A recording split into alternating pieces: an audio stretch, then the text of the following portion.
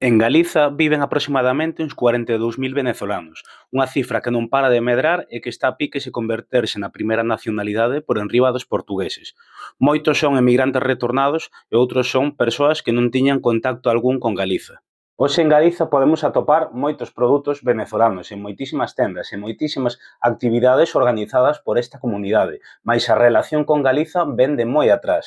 A inmigración galega a Venezuela foi unha das máis grandes, tan só por debaixo de Arxentina, Cuba ou Brasil, e algunhas cifras falan de máis de 50.000 galegos e galegas que se estableceron neste país en menos de 10 anos.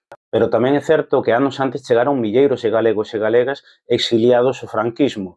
Case todos chegaron en situación irregular, se ben é certo, o goberno de Venezuela acolleunos. Venezuela acolleu a ilustres como o comandante Soutomaior ou aos nacionalistas Celso Emilio Ferreiro ou Pepe Velo.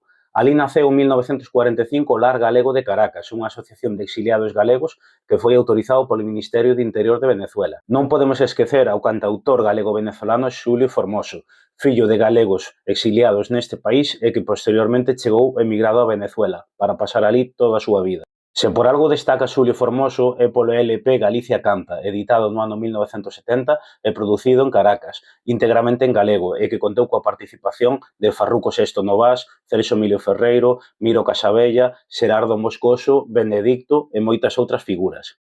Tamén o buque Santa María que facía a liña Vigo-Lisboa-Caracas fíxose famoso internacionalmente xa que foi secuestrado polo DRIL, unha agrupación antifascista conformada principalmente por galegos e portugueses e que buscaba denunciar internacionalmente a dictadura existente tanto en Portugal como en España. Na actualidade, aínda quedan aproximadamente uns 25.000 galegos en Venezuela e a pegada quedou en sitios tan diversos como poden ser rúas, prazas, a existencia dun colexio chamado Castelao, o Cerro Galicia, incluso existiu un equipo de fútbol chamado Deportivo Galicia, etc.